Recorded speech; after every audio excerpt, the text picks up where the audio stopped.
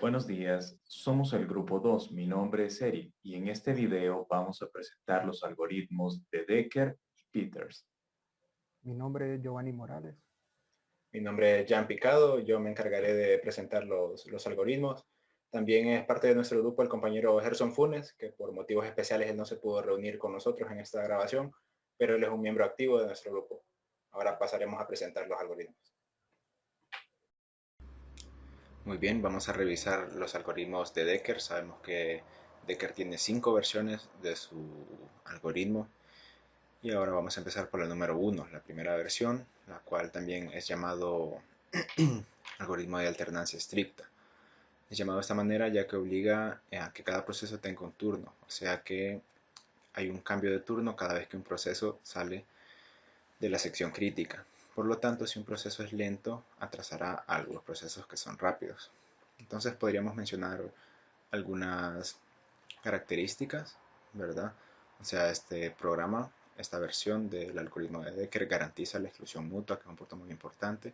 Su sincronización es forzada, acopla también fuertemente a los procesos, es decir, que los procesos lentos atrasan a los procesos rápidos, como ya decíamos, y no garantiza la progresión, ya que si un proceso por alguna razón es bloqueado dentro o fuera de su sección, puede bloquear a los otros procesos, ¿verdad? O sea, eh, cuando un proceso entra en su etapa crítica y por algún motivo tiene su error, entonces este proceso no le pasa el turno al otro, sino que, o sea, quedan interbloqueados. Eh, Podríamos describir que cuando un proceso es ejecutado verifica si es su turno, ¿verdad? Si no es su turno, se queda en espera por medio de un ciclo while. De lo contrario, si es su turno, avanza a la sección crítica. Cuando el proceso sale de la sección crítica, cambia de turno.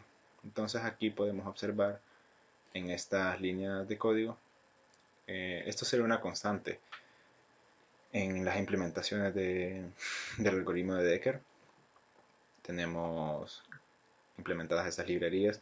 Por ejemplo, cabe resaltar la librería de hilos, ¿verdad? Ya que vamos a trabajar con hilos, ya que de esta manera se puede trabajar con una programación de procesos simultáneos, ¿verdad? Y también la biblioteca de cursos, que también es muy importante para manejar lo que sería la ventana, ¿verdad? De Windows y poder tener, por ejemplo, dos ventanas trabajando al mismo tiempo. Entonces aquí podemos observar, definimos una variable entera, un booleano, eso va a variar dependiendo la versión de Decker que estemos usando. Podemos tener aquí también funciones, la cual pues retardamos algunas cosas para poder observar el programa de una mejor manera. Y los programas, estos programas que implementamos en C++, lo que hacen es tener un proceso 1 y un proceso 2. El proceso 1 lo que hace es imprimir en la pantalla un valor, ¿verdad? Y el otro proceso lo que hace es imprimir otro valor. Este es un signo más y este es un signo de multiplicación, un asterisco. Entonces, aquí podemos observar como el proceso 1, recordemos que eso está trabajando simultáneamente con el proceso 2, entonces entre en un ciclo while para saber si es su turno, ¿verdad? Si no, bueno, si no es su turno, entonces espera, ¿verdad? Y si no, entonces ejecuta su etapa crítica, su sección crítica, y le cede el turno a- al proceso 2, ¿verdad? Recordemos que el turno era una variable de entera a la cual se encarga de como dar el paso a los procesos. Necesitamos también inicializar las pantallas. Utilizamos estas funciones que son parte de esta librería, cursos, ¿verdad? Y ese sería el funcionamiento del programa. Ahora pasaríamos a la versión 2 del algoritmo de Decker, el cual lo tenemos aquí implementado también. La segunda versión del algoritmo de Decker es llamada problema del interbloqueo, ya veníamos hablando de eso. Su nombre se debe a que si en cada ráfaga de la CPU cada proceso queda en el mismo estado, en el estado donde se le asigna que puede entrar a la sección crítica. Entonces, estando los dos procesos con opción de entrar a la siguiente refriega de CPU, ambos procesos verificarán si el proceso alterno puede entrar. Viendo que el proceso alterno tiene la opción de entrar, entonces los procesos quedan bloqueados, ya que se quedarán enciclados, bloqueándose mutuamente, ya que no podrán entrar nunca a la sección crítica. O sea, el funcionamiento sería básicamente que cuando un proceso puede entrar, verifica si otro proceso tiene la opción de entrar también. Si otro proceso tiene activa esa opción, entonces se da un interbloqueo. De lo contrario, el programa avanza a la sección crítica. Entonces, al salir de la sección crítica, el proceso cambia su opción y permite al otro proceso avanzar a su sección crítica, a su sección de trabajo. Como características podríamos mencionar que garantiza la ejecución mutua y que no garantiza la espera limitada, ¿verdad? Aquí ya tenemos, distinto al algoritmo de Decker 1, ¿verdad? Teníamos solo un booleano, el cual era cancelar, ¿verdad? Que era para salir del programa. Ahora tenemos aparte la verificación de si puede o no puede entrar. Respecto a las líneas de código, básicamente todo sigue siendo lo mismo. Un proceso imprime un valor, ¿verdad? Un valor del signo más, y el otro proceso imprime un valor del signo de multiplicación. Y trabaja de la manera en que describíamos hace algunos segundos, ¿verdad? Los dos se interbloquean y a menos que uno desactive su señal, entonces el otro puede empezar a trabajar. Pasaríamos a la versión 3 del algoritmo de Decker. Seguimos implementando las mismas librerías, ¿verdad? Y el algoritmo número 3 de Decker, en la tercera versión, también es llamado colisión de región crítica, ¿verdad? No garantiza la exclusión mutua, es diferente a los anteriores. Como su nombre lo indica, se da una colisión en la región crítica por la forma en que son colocadas, por así decirlo, los permisos, ya que en primero se comprueba si otro proceso está dentro y luego se indica que el proceso en el que se está actualmente cambia diciendo que está dentro. Y el problema se da cuando los procesos, después de haber tenido sus ráfagas de CPU, pasan de la fase de comprobación y se tiene libre el camino para entrar a la región crítica, generando esto una colisión.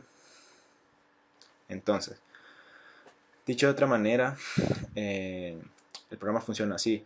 Al ejecutarse el proceso, verifica si otro proceso está dentro de la sección crítica, o sea, si otro proceso está trabajando. O sea, trabajando en en su sección crítica, que se refiere a las líneas de código, digamos, ¿verdad? Al proceso a la tarea que quiere realizar el proceso.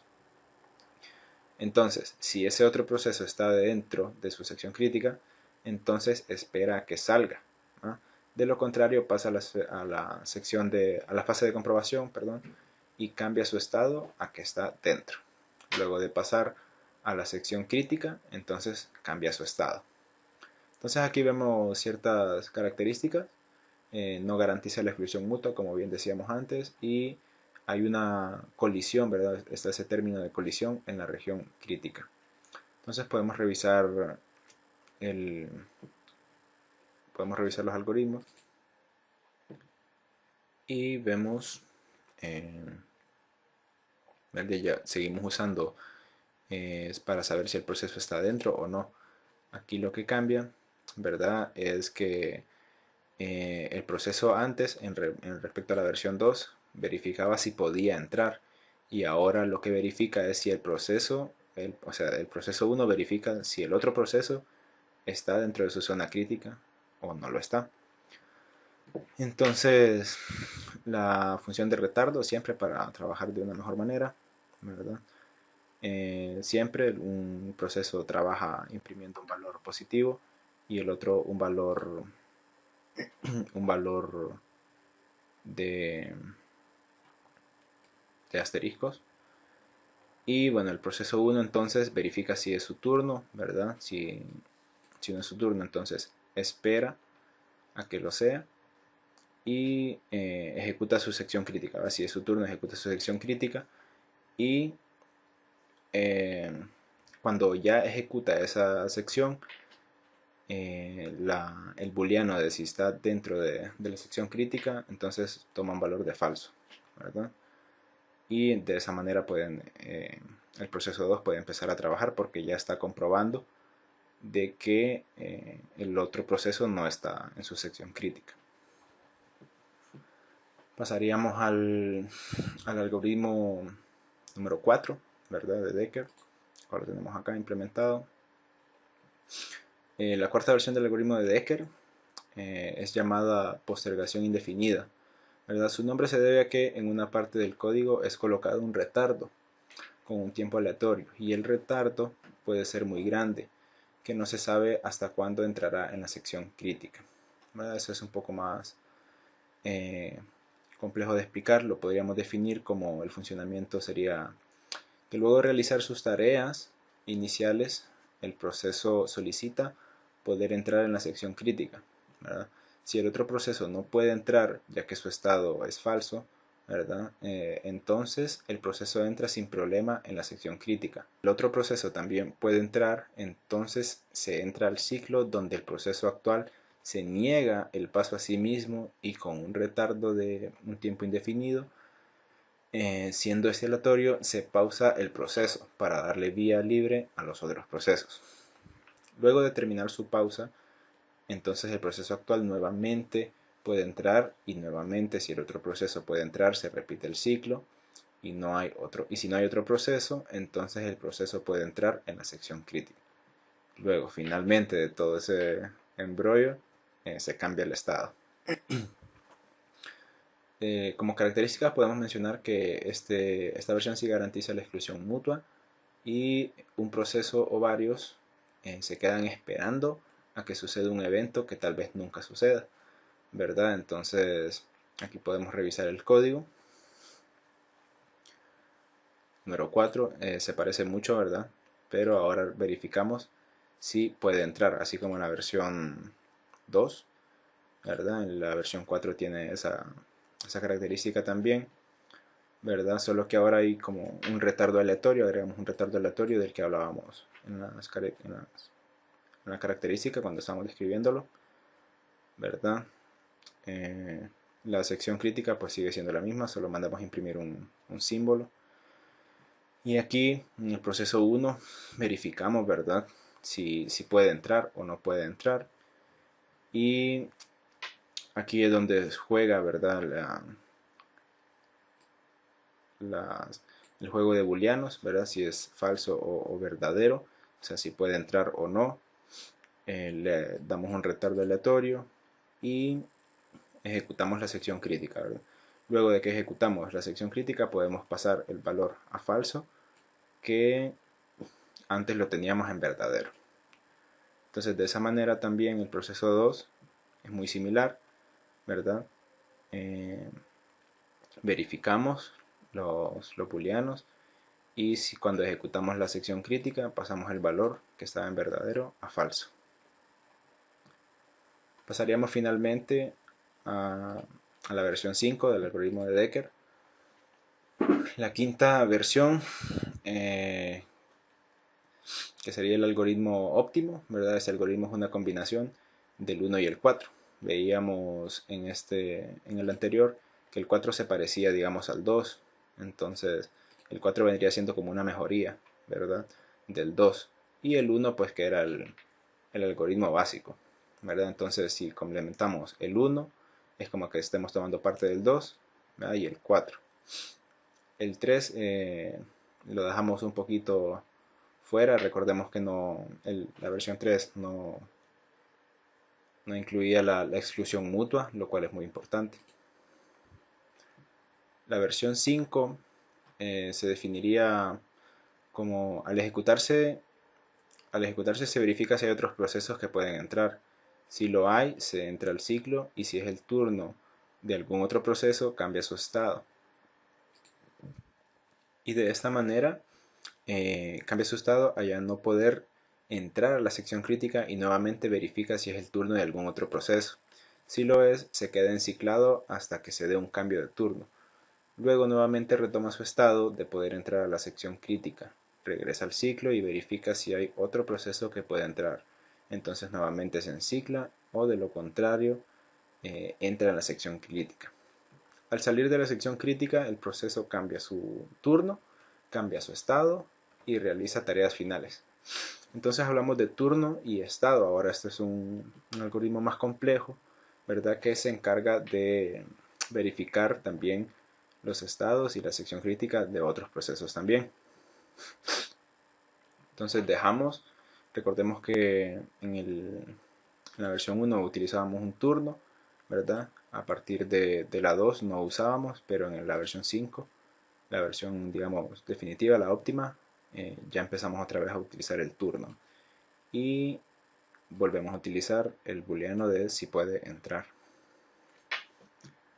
Seguimos implementando un retardo aleatorio, ¿verdad? El cual nos da un tiempo establecido, un tiempo que sea aleatorio.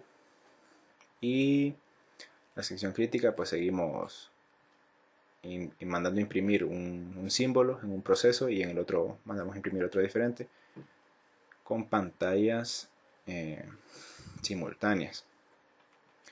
Entonces aquí tenemos esta línea de código para el proceso 1, ¿verdad? Verificamos si el proceso 1 puede entrar. Entonces está inicializado como verdadero. Y verificamos, ¿verdad? Cuál es el turno, ¿verdad? Y en este caso, a ver cuál es el proceso que puede trabajar en este momento, ¿verdad? Si no es el turno, entonces tenemos que esperar, ¿verdad? Y si sí es, entonces cambiamos este valor de acá a true. Entonces si es el turno, ejecutamos la sección crítica, pasamos el turno. Ese era el turno de 1, ¿verdad? Entonces si ejecutamos la sección crítica de 1, entonces le cedemos el turno a 2 y el proceso 1, que ya terminó su sección crítica, ya no puede entrar, o sea, ya terminó su tarea. Entonces cambiamos el valor a falso. Luego de esto podemos imprimir un mensaje de que ha terminado el proceso 1 y como el proceso 2 se está ejecutando de manera simultánea, entonces va a empezar a trabajar. Eso sería todo con los algoritmos de Decker. Ahora podemos pasar al algoritmo de Peterson, el cual también es conocido como la solución de Peterson. Es un algoritmo de programación concurrente para exclusión mutua, que permite a dos o más procesos o hilos de ejecución compartir un recurso sin conflictos, utilizando solo la memoria compartida para la comunicación. ¿Cómo trabaja esto? La descripción podríamos decir que al iniciar el proceso indica que desea entrar a su sección crítica, pero a la vez favorece al otro proceso. Se crea un ciclo de espera hasta que el otro proceso haya salido de su sección crítica y que el proceso favorecido sea el actual. Se ejecuta la sección crítica de cada proceso.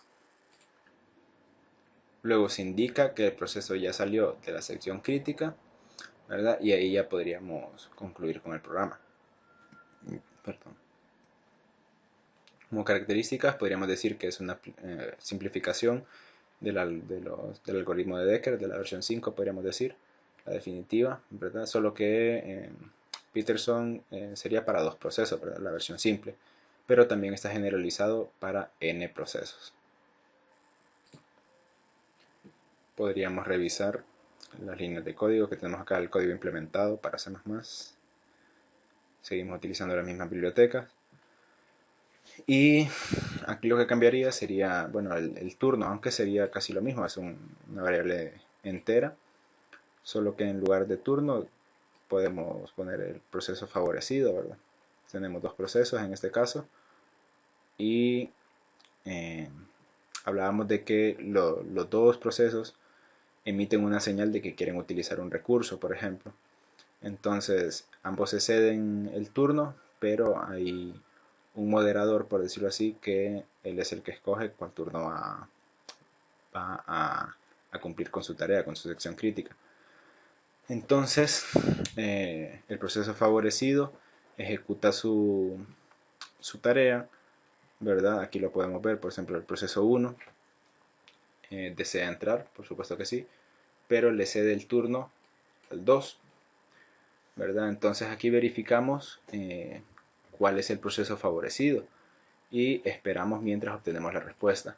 Entonces, si si el turno favorecido le corresponde al proceso 1, entonces ejecuta su sección crítica y pasa su señal de querer usar el recurso a falso. Entonces, como el otro proceso se está ejecutando simultáneamente al ser un hilo, eh, aunque, aunque le ceda el proceso favorecido al proceso 1, pero el proceso 1 ya no quiere entrar, entonces el proceso 2 va a decir, bueno, como el proceso 1 ya no está usando el recurso que yo necesito, entonces yo sí lo puedo usar, aunque no sea mi turno. Entonces así trabaja el algoritmo de Peterson, ¿verdad? Y eso sería una breve explicación de lo que sería el algoritmo de Decker y Peterson para C++.